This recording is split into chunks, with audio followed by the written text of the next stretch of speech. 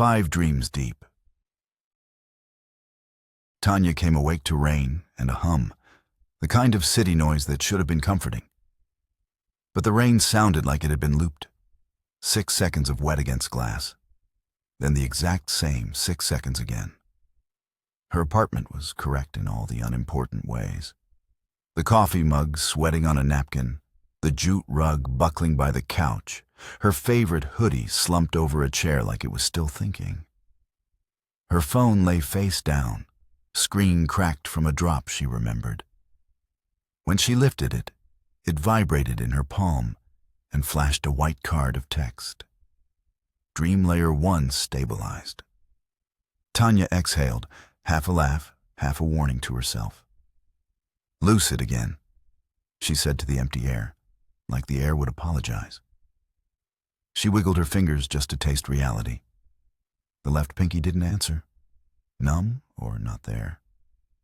She grabbed it with her right hand and felt all the fingers present. But the pinky was colder than the rest, as if it had been sitting on a windowsill in December. Her reflection on the black TV looked a beat behind. She raised her hand. The reflection raised a half-second later. That lag tightened something in her ribs. Somewhere behind the wall, a pipe ticked, tick, tick, tick, matching her heartbeat, then leading it, then setting the pace. Enough, she said, like she could talk a dream into manners. Her neighbor upstairs, Imani, texted, except Imani was on a cruise, and Tanya had watched her post sunsets 40 minutes earlier. The message preview read, "Don't go deeper. Not tonight." The screen dimmed. When she tapped it, the phone showed only her own face for a breath. The front camera, but with a wrong angle, too high, as if the phone floated above her. The notification blinked out. In its place, another card slid up. Proceed when ready. Cost acknowledged. She didn't remember agreeing to costs. She remembered the clinic brochure Deshawn sent her last month. Mind Vault, master your lucid state, end night terrors. And the way insomnia had made her own bed feel like a witness stand. She'd filled out forms without reading all the fine print, because exhaustion makes bargains. Fine, she whispered. And the rain loop stopped for one beat, like it was listening. She lay back. The hum rose until it sounded like a crowd at a stadium, just before a game starts. The ceiling spider crack stretched, branching like a river. Tanya closed her eyes on purpose. The last thing she heard was the recorded rain clicking back to the first second. The apartment again, but brighter. Morning, without sun. On the nightstand, the candle she'd burned to a crater was whole, wick untouched, label unpeeled. Time had rolled backward like duct tape. Her phone was already awake. Dream Layer 2 stabilized. Under it, smaller, exchange processed. She flexed both hands. Every finger lived. She sat up, and the apartment took a slow breath with her, the curtains pulling inward like a chest expands. Tanya ignored it, the way you ignore a stranger at midnight who knows your name. She checked the hallway mirror. For a count of 1, 2, 3, it showed the room empty. Then she appeared, stepping into frame, like the mirror had to load her. She smoothed her hair. The reflection smiled before she did, as if it practiced and wanted credit. "Stop," Tanya said. The reflection lifted a finger to its lips. Shh. Her lungs refused a full inhale. She looked away, but the apartment had mirrors in everything. TV black, kettle steel, the framed photo of her and Aunt Lena at the block party last August. In each reflective patch, a tiny Tanya lagged a half beat, then caught up, then leaned forward just a fraction too far, as if 100 little hairs were trying to climb out. The phone buzzed and overrode all of them. Proceed to layer 3. Do not resist induction. Induction, she repeated. That's a word you use for ovens and berths. A thump from the hallway. Footsteps. She went to the door and pressed her ear against it. Her neighbor's door, the unit across, creaked. Imani's voice, a whisper. "Don't open," Imani said through her peephole, like she had bent herself into the door. "If you open, you'll make a copy." "I'm dreaming," Tanya said, and even her breath fogged the lacquer like winter indoors. "You're not the only one," Imani said, voice thinner. "Please, stay shallow." A key turned in Tanya's own lock from the inside. The bolt slid against her knee. She stepped back. The door didn't open. It unfolded, wood layers separating like an animation in reverse, until she looked into her own hallway from an angle that shouldn't exist. On the floor, a brochure. Mind Vault's white-blue logo bent by a shoe. Mastery takes layers, it promised. Tanya's phone sang once. The default chirp she never changed. A final card, cost of layer 3. Small motor loss. She didn't get to decline. The rain restarted at full volume, even though the window was dry. The ceiling crack wrote a new line. The floor tipped. She fell forward without moving at all. Fluorescence, antiseptic, a smell like lemon detergent over copper. She was in a hospital bed with the wrong proportions, too wide, so the distance to the rail felt like a threat. A monitor beeped in sinus time. The wires on her chest were cold, laid in neat parentheses. Nurse Aisha, braids pinned back, wrote numbers on a paper chart, even though the monitor already knew them. "Welcome back," Aisha said. Voice soft like she was talking to a skittish dog. "You're doing just fine, Tanya." "You know my name," Tanya said, mouth dry. Aisha tapped the bracelet on Tanya's wrist. "Richards, Tanya. Subject ID, MV042. You told me 5 times. I didn't consent to." "You did," Aisha said, not unkind. "You came in shaking and said if we could keep the night out, you'd sign with blood." She added softer, "We didn't let you do that part." Tanya lifted her left leg beneath the sheet. It answered. Her right foot, though. It felt like cardboard taped to the end of her. "Cost noted," Aisha said, eyes flicking to the monitor like it told more than heart and oxygen. "Keep breaths small. Don't let the dream think you're sprinting." Dr. Carter stepped in, sleeves pushed to his elbows, tired and too focused to be anyone's fantasy. His badge said, Carter, E beneath, Somnology/Neural Interfaces. He looked at Tanya as if he were counting. "Layer 3, he said to Aisha. "She accelerates." "I didn't agree to losing parts," Tanya said. Dr. Carter met her gaze, a held thread. "You agreed to trials. We told you deeper requires exchanges. Motor, memory, name. It refunds on successful ascent. And if I can't climb back?" She hated her voice for sounding like a child who found the ocean too large after running straight into it. "Then we negotiate with what's owed," Aisha said. A truth she shouldn't have to say at work. The monitor's glass threw back a reflection. Tanya expected herself. For an instant, she saw Aunt Lena instead, tired eyes and an exact smile, a promise or a warning. When she blinked, it was only Tanya again, but smiling a quarter second earlier. Dr. Carter adjusted a dial. "You asked to go to 5, he said. "You said the night was too loud to live with. We never recommend 5. Then why let me? His answer took a long time to land. Because some people would go alone if we said no. The room darkened at the edges, like vignetting in a photo app. Aisha squeezed Tanya's shoulder. Anchor, she murmured. Name 3 things you can feel. The sheet, Tanya said. The tape.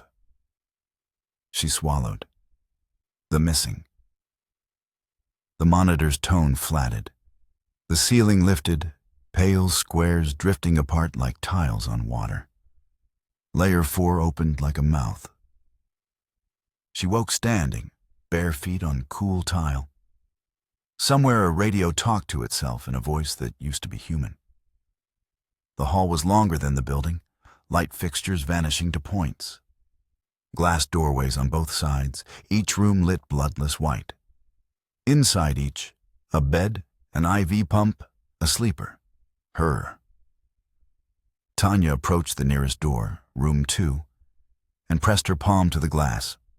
On the bed, Tanya with her hair out, lashes on her cheek like commas. The reflection in the door glass was a second behind, then on time, then a second ahead, like it had decided to lead. The sleeping Tanya breathed as if coached. In 4, out 5. Her nail beds looked like she'd been cold a long time. Across the hall, someone knocked on a window. 3 soft raps. Room 7. Another Tanya, eyes open under closed lids. The kind of open where the pupil knows your name. Her mouth formed silent words. Don't look back. Tanya, being human, looked back. The hall behind her had filled with women standing shoulder to shoulder, all versions of herself at different ages. Tanya in the high school orchestra tea, Tanya in the scrubs from her first CNA job. Tanya in the purple dress she wore to Imani's 30th. Not dolls, not copies, angles. They didn't blink in unison. That was somehow worse. What do you want? She asked.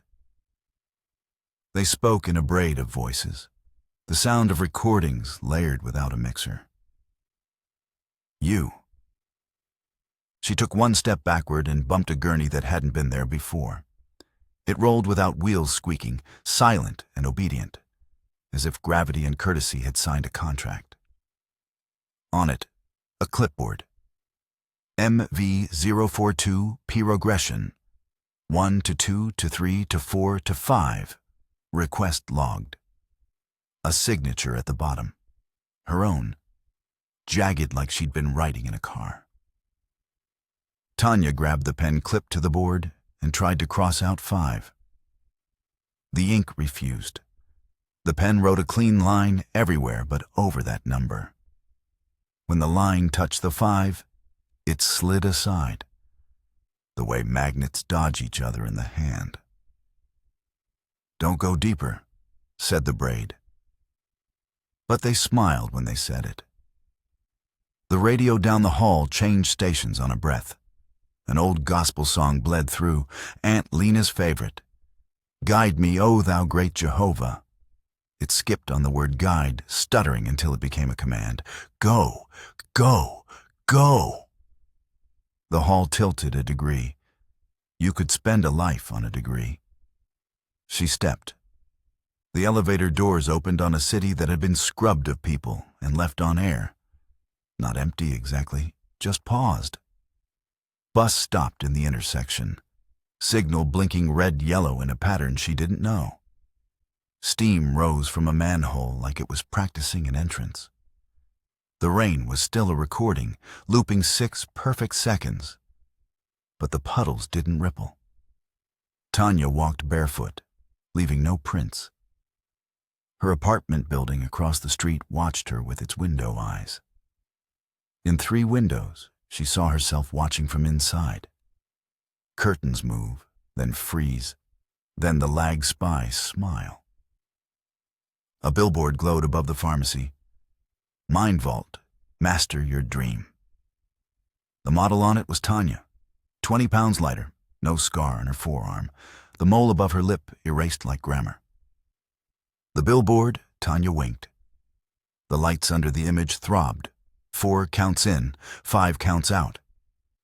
At the corner, a newspaper box was jammed open by old headlines. The top paper's date showed next month. The headline read, "Local woman declared brain dead after sleep trial. Family demands answers." The photo was hers, lit at a bad angle. She tried to lift the paper and felt the weight of it like it was wet, all pulp and promise. "Don't read ahead," said a voice from behind her, the kind of voice that used to make a whole classroom sit up straight. Tanya turned. Aunt Lena stood by the bus stop pole, coat too thin for the weather, hair wrapped in a scarf the color of berries. "It spoils the middle." Tanya didn't step closer. She learned one reasonable thing in a life of unreasonable nights. "You're not her." "I'm your memory of her," the figure said. "I'm exactly what you dragged down here." "Why are you kind?" "Because if I weren't, you'd stop and stay. And you didn't come for staying." "I came because insomnia felt like drowning in a shallow pool," Tanya said, voice more tired than she meant it. "And how's the deep end?" Not Lena asked, smiling with real fondness she had no right to. The bus exhaled a hydraulic sigh with no driver in the seat. The doors opened. On the glass, reflected, Tanya saw herself seated already, head on the window, watching the version of her on the sidewalk with something like pity. 5, Not Lena said. "That's what you wanted. 5 is where the night stops bothering you." "What does 5 cost?" "Enough," the not aunt said, as gentle as a lullaby. "But it feels like mercy while you're paying." The bus doors chimed. The city didn't blink. Tanya stepped on. The bus interior was too clean. No gum on poles, no receipts crumpled under seats. Tanya sat across from herself, because apparently that was the game. Bus, Tanya watched her with the indulgence of a woman who survived a story and resents it.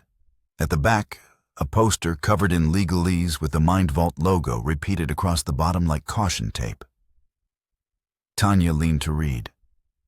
The font shifted sizes as she focused, refusing point-blank clarity. She extracted meaning anyway. Consent to layered induction, consent to exchange functions, consent to the retention of dream artifacts upon assent. A line she hated. Subject acknowledges that wake state self may be altered upon return, including but not limited to removal or reassignment of motor, memory, or identity functions. "Reassignment?" she said, voice getting smaller every time she spoke. Bus Tanya reached up and pulled the yellow cord. The stop requested light pinged overhead. You knew what they meant when you were awake. You just needed the language to mean otherwise. I just wanted to sleep. You wanted not to know you were awake. Bus Tanya said, not unkind. That's a different thing. Out the window, the city ran backward for a second, then forward, like a director calling for another take. The bus slowed at a block with her clinic on it. Glass lobby, fern that needed better care. A directory of doctors with letters tacked after their names like medals. On the sidewalk, Dr. Carter smoked even though he looked like a man who lectured strangers about lungs. He didn't see the bus. Bus glass showed him looking at Tanya without looking, eyes missing the point by an inch. I'll sign out, Tanya said. I'll assent. I'm done. Bus Tanya tilted her head. Which you? The doors opened. The recorded rain returned, brand new loop. As Tanya stepped down, her right knee failed for a count. The floor vanished beneath it, then returned. The bus hissed away, empty again. Dr. Carter watched a point in space that wasn't her. MV-042, he said to no one or to a clip-on mic. Subject exhibits echoing. Mirrors advance ahead of self-image. Layer count uncertain. He rubbed his eyes like a man who'd lost something he wasn't supposed to misplace. Tanya stood in front of him and said, "End the trial." The glass behind him showed her face react before her mouth moved. Dr. Carter didn't answer, because in his version of the street, she wasn't there to talk to. His hand went right through her shoulder, like fog. The clinic doors opened by themselves. Inside, Nurse Aisha sat at the console, headphones on, lips moving with a prayer she'd perfected for rooms like this. The main monitor displayed 10 rectangles, each a live feed of a sleeper. Tanya was in 3 of them. In 2 more, she was almost her. Cheekbones right, scar wrong, mole omitted like a copyist had decided it was a smudge. Aisha flinched when Tanya put a hand on her shoulder, which proved nothing in a dream, but meant everything to Tanya. "Aisha, please, pull me up." Aisha didn't turn. She addressed the microphone. "MV-042, you're overshooting. Stop at 4, you can still climb at 4. "I'm here," Tanya said. "I'm right here." The speakers fed back a soft ghost hiss. From somewhere, a voice that was and wasn't Tanya replied, filtered, "Copy. 4. "You're talking to the wrong me," Tanya said. "Not wrong," said a voice behind her. Not Lena again, or something shaped like her, standing near the sterile supply cabs like she belonged. Just adjacent. Dr. Carter entered on a gust of irritation at gravity. "She's caught in mirrors," he told Aisha. "Every ascent lands in a reflection state. The lags are leading. That shouldn't be possible." "We said that about everything the first year," Aisha said, tired without surrender. "Okay," Dr. Carter said, making a decision that would look ethical on paper. "We locked the frame." No deeper. The console chimed denial. "Subject override requested." "Override by who?" Aisha asked. The intercom answered in Tanya's voice from a throat that didn't belong to the woman standing there. "By me." The dream shook itself like a large dog out of a pond. A wall became a window became a wall. Tanya saw her own body in bed 9, wires, tape, lips parted a little, breath even like a practiced liar. Aisha checked a reading and went still. "Her motor exchange is complete through knee," she said quietly. "We can still map it back if she stops." Dr. Carter finished. He looked at the version of Tanya who felt solid enough to hate him. "MV-042, Tanya, if you can hear me, don't go to 5. The clock on the wall read 3:13, and then 3:14, and then 3:13 again, frightened of commitment. The speakers picked up lab noise that sounded like rain in a room it had no business being. The Nadant held up 5 fingers and bent them down, one by one until a fist was all there was. The monitor labeled layer ticked. 5. White. Not hospital white. Clean room white. A light that came from no source and all sources, making shadows into rumors. A single chair in the middle, upholstered in fake leather, the color of a sky you see only once in your life and never again. On the chair, a small black box with a glass lid. Inside, arranged like jewelry, lay parts of her. Not literal. Functions shaped like objects. A tiny brass key stamped KNEE. A Polaroid labeled Aunt Lena, true. That was already fading at the edges, a folded slip that said name and felt heavy as a brick. The box had 5 slots. 3 were empty. "Take them back," Tanya said to the room, to whoever wrote the rules. "I'm done paying." The glass fogged beneath her breath and wrote back, "A cent costs return." When she reached for the knee key, the glass didn't yield. Her fingers left grease ghosts she recognized from every screen she'd ever touched at 3 in the morning. She wanted to laugh. She wanted to break down. She knocked, and the knock sounded like someone else tapping back. "Baby," came Aunt Lena's voice, not body, just voice, echo in a seashell. "Don't get mad at a contract because it does what it promised. I never promised this. You signed because the night was a house with no bed," the voice said, no blame in it. "And you were tired of being a witness to yourself." Tanya pressed her forehead to the box. The glass warmed under skin the way a person's shoulder warms when you lean. She pictured the rainy loop, the bus with no driver, the clinic that didn't line up with the street. She pictured Imani's text. "Don't go deeper." "I want to wake up," she said, enunciating like orders. The box lid clicked. For a second, she thought it had obeyed. It had only locked itself more. The room whispered without a mouth. "One more." What? One more layer and it's quiet. Quiet. The word bit. The idea of a night that wasn't full of rustling plastic and refrigerator hymn and footsteps that belonged to the old tenant. The dream had never lied outright. It just told the side she wanted. "One more," Tanya repeated. "Then I ascend. Refund everything. Quiet." The letters pulsed, soft as a lullaby. That was not what she asked. She knew it anyway. Knowing didn't save anybody in this building.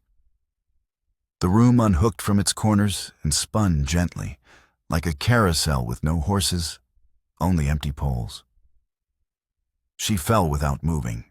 Layer 5 opened its throat. Tanya woke into an apartment that copied hers with the pettiness of a counterfeit. Everything was correct, then wrong by an inch. The rug buckle had shifted left. The coffee mug bore a ring it never left in waking life. The candle, new again, smelled like the memory of a smell. Outside, the city sat obedient. The rain track looped perfectly, and in that loop was a click. And in that click was a whisper that sounded like her name from when she was 8, and thought thunderstorms were God-moving furniture.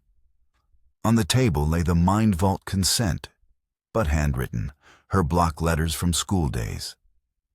She had written "I agree" across the bottom in a hand she didn't entirely claim. Above it, in red pen, someone had written, "You asked for quiet." Beneath, "Quiet isn't the same as peace." She tried the door. The chain hung limp, but the door wouldn't pull. It wasn't locked. It was uninterested. The windows were glass until you touched them, and then they were screens, and then they were mirrors, and in each mirror the reflection leaned in just that last inch, ahead of her, leading like it had the map. "Imani," she shouted through the wall, because neighbors are a theology. A reply came, but not through the wall, from her phone, on delay. Imani's voice message, timestamped nothing. "Girl, I can hear you in my hallway and on my phone." A breath. "They're going to make another you if you keep yelling. Then they'll ask which one to save."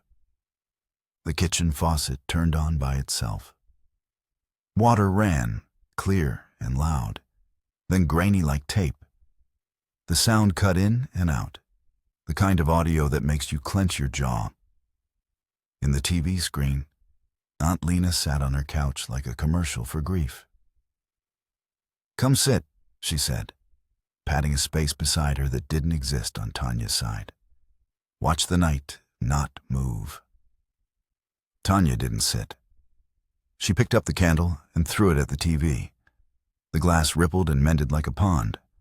Her arm didn't feel like hers all the way to the elbow. The missing had advanced again, polite but insistent. Refund, she said, to the ceiling, to the contract. I ascend now. The light dimmed and brightened as if it were trying to agree.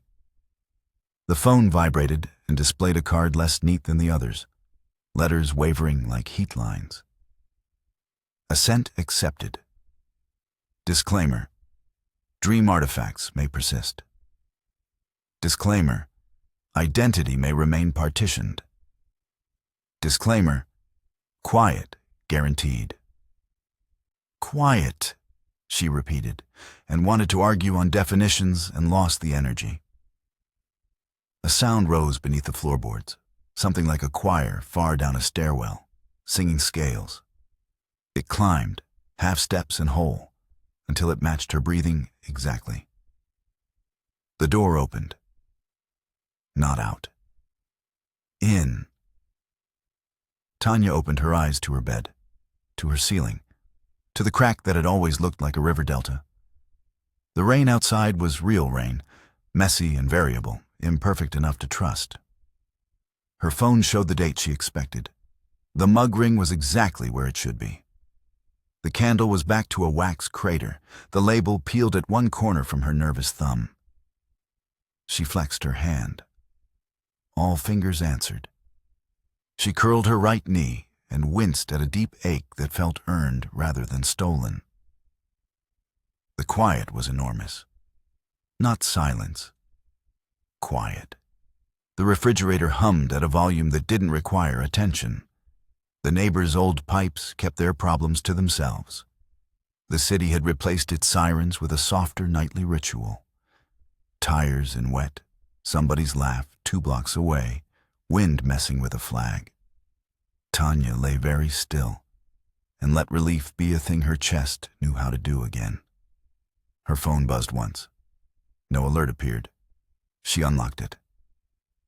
The wallpaper, her and Amani under summer sun, looked normal.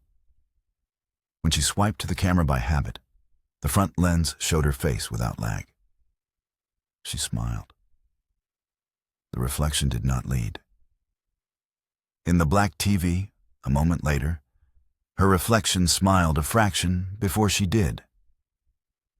Stop, she told it, tired. The reflection lifted a finger and, for the first time, didn't shush. It pinched its index and thumb and turned something, like lowering a volume knob. The apartment grew even quieter. The air padded, her blood soundless in her ears. Relief sharpened to something colder. Her phone vibrated again and slid up one final white card, not in system font, not in any font she could name. Letters the shape of instructions humans don't get to read. Ascent complete. Artifacts, mirror lag, persistent. Contract, persistent. Quiet, permanent. Note. Partitions remain. Some awakenings occur off camera. She stared until the card dismissed itself. Someone knocked, 3 gentle taps, on her bedroom mirror. The glass didn't show a room. It showed the clinic's bed 9 for a breath and a half, then only her, then only the room, then only rain. Inside the mirror, Tanya, another Tanya, lay with her eyes closed, mouth parted, Aunt Lena seated beside the bed, knitting something that never grew. The mirror Tanya opened her eyes and looked straight at Tanya in the room. You're at 5, she said, voice carrying like sound does in churches and parking garages. You climbed, but you left us here to hold the night for you. Tanya's mouth was cotton. I paid. I ascended. Mirror Tanya smiled the leader's smile.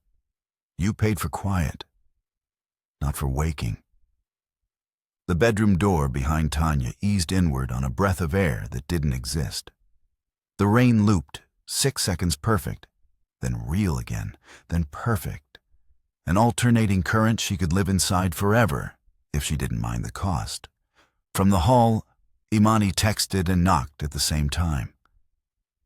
"You up?" Then, through wood, "Don't open to your reflection." Tanya closed her eyes, counted 4 in, 5 out, because sometimes the body is a better priest than a person.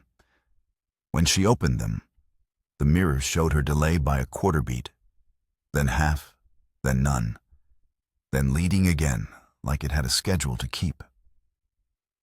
"Okay," she said, to the apartment, to the contract, to the part of herself that never sleeps.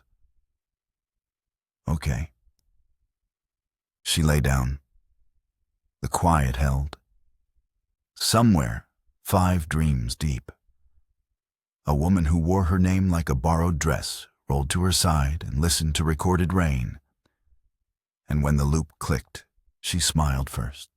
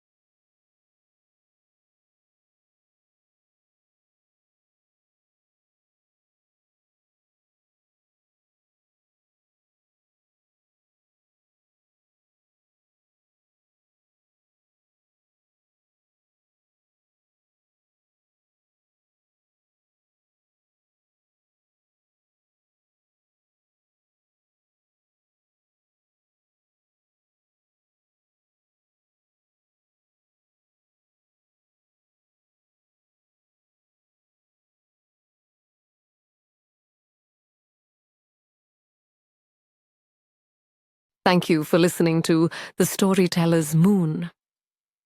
If this story touched you, scared you, or kept you on the edge of your seat, don't forget to like, share, and subscribe. Your support keeps the stories alive, and I can't wait to share the next one with you under the moonlight. Until then, may your nights be safe and your dreams unforgettable.